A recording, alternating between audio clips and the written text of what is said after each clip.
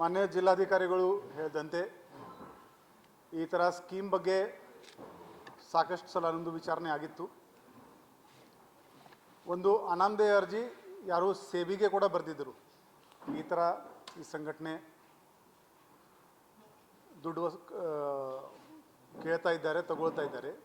ಸೇಬಿ ಅವರು ನಮ್ಮ CIDಗೆ ಪತ್ರ ಬರೆದಿದ್ದಾರೆ.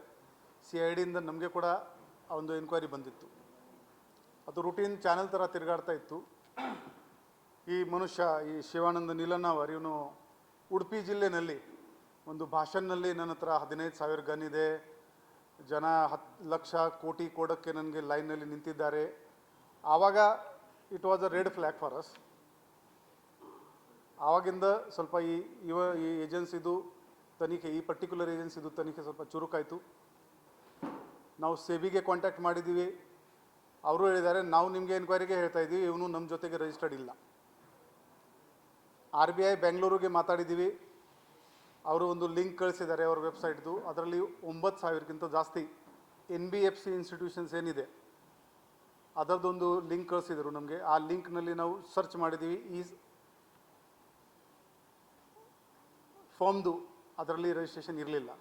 ಮತ್ತು ಅವರಿಗೆ ಇಮೇಲ್ ಹಾಕಿದ್ದೀವಿ, ಈ ಫಾರ್ಮ್ ನಿಮ್ಮಲ್ಲಿ ಯಾವುದರಲ್ಲಿ ಇದರಲ್ಲಿ ರಿಜಿಸ್ಟರ್ಡ್ ಇದೆ ಅಥವಾ ಇಲ್ಲ. ಇಷ್ಟು ಮಾಡಿಕೊಂಡು ಸ್ವಲ್ಪ ಸೋಷಿಯಲ್ ಮೀಡಿಯಾದಲ್ಲಿ ಕೂಡ ಸರ್ಚ್ ಮಾಡಿದ್ದೀವಿ.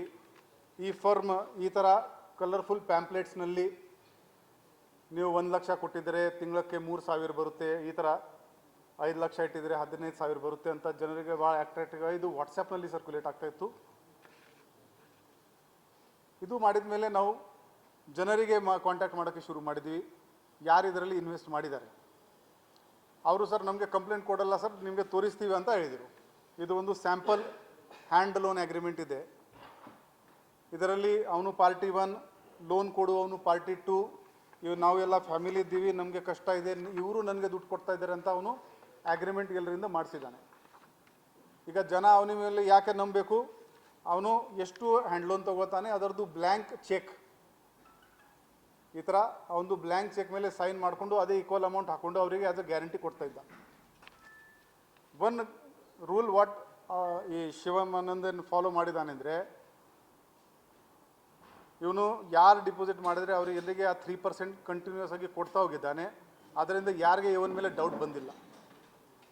ನಾವು the larger question is, can any firm on the planet 3% ಪ್ರತಿ ತಿಂಗಳು ಕೊಡೋಕ್ಕೆ ಆಗುತ್ತಾ? That is the basic question. ಇಲ್ಲಿ ಏನಿದೆ ಅಂದರೆ, ಇವತ್ತು 10 ಜನ ಇದ್ದಾರೆ, ಅವರಿಗೆ ಇವರು 3% ಕೊಡಬೇಕು. ಈ 10 ನೋಡಿಕೊಂಡು ಇನ್ನೂ 20 ಸೇರ್ ಆಗ್ತಾರೆ.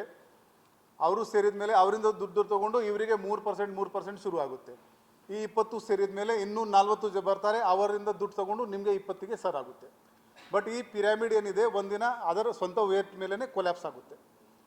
ಇದರಲ್ಲಿ ನಮಗೆ ಸಮಾಧಾನ ಏನಿದೆ ಅಂದರೆ, ಯಾವ ಒಂದಿನ ಈ ಥರ ದುಡ್ಡು ತೊಗೊಂಡು ಅವನು ವಿದೇಶಕ್ಕೆ ಓಡೋಗಿ ಆಮೇಲೆ ನಮ್ಮ ಹತ್ರ ಇನ್ವೆಸ್ಟರ್ ಬರೋ ಬದಲು ಈಗಾಗಲೇ ಜಿಲ್ಲಾ ಆಡಳಿತ ಕಡೆಯಿಂದ ನಾವು ನಮ್ಮ ಫೈಂಡಿಂಗ್ಸ್ ಏನಿತ್ತು ಆ ಎಲ್ಲ ನಮ್ಮ ಜಿಲ್ಲಾಧಿಕಾರಿ ಅವರಿಗೆ ಕೊಟ್ಟಿದ್ದೀವಿ. ಅದರಲ್ಲಿ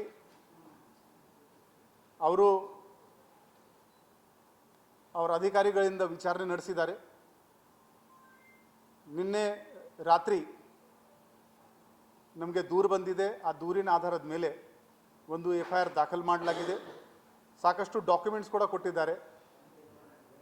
ಡಾಕ್ಯುಮೆಂಟ್ಸ್ನಲ್ಲಿ ಮತ್ತು ನಿನ್ನೆ ಆ ಆರೋಪಿ ಜೊತೆಗೆ ಮಾತಾಡಿದಾಗ ಅವನು ಹೇಳ್ತಾನೆ, ನಮ್ಮದು 35,000 ಜನರದ್ದು ಪರಿವಾರ ಇದೆ, so we can make out ಅಷ್ಟೇ ಮಂದಿ ವಿಕ್ಟಿಮ್ಸ್ ಇದ್ದಾರೆ.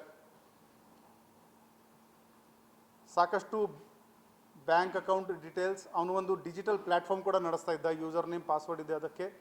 ಆ ಡಿಜಿಟಲ್ ರಿಕವರಿ ಈಗ ನಮ್ಮ ಇನ್ವೆಸ್ಟಿಗೇಟರ್ಸ್ ತಂಡ ಈಗ ಈ ಪ್ರೆಸ್ ಮೀಟ್ ನಡೆಯುವಾಗ ಅದು ಆಲ್ರೆಡಿ ನಮ್ಮದು ಸರ್ಚ್ ಆ್ಯಂಡ್ ಸೀಸರ್ ಎಲ್ಲ ನಡೀತಾ ಇದೆ.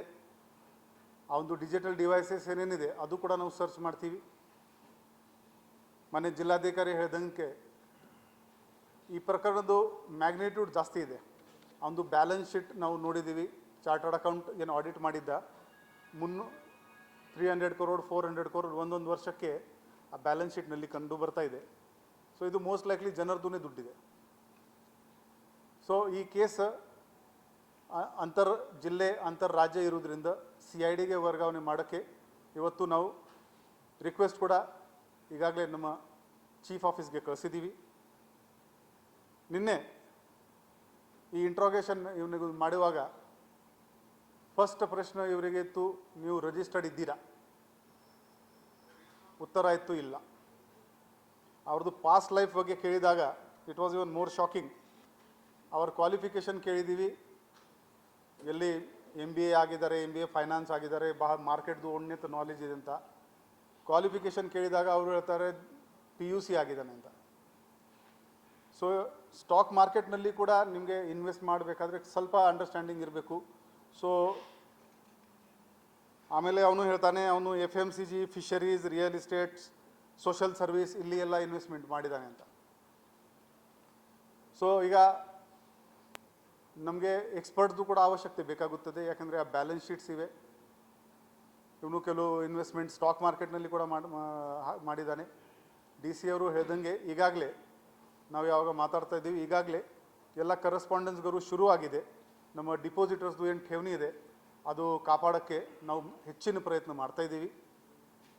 ಮತ್ತು ಈ ಪೂರ್ತಿ ಮ್ಯಾಟ್ರ್ ಎಲ್ಲಿ ನಿಲ್ಲಲ್ಲ. ಇದರಲ್ಲಿ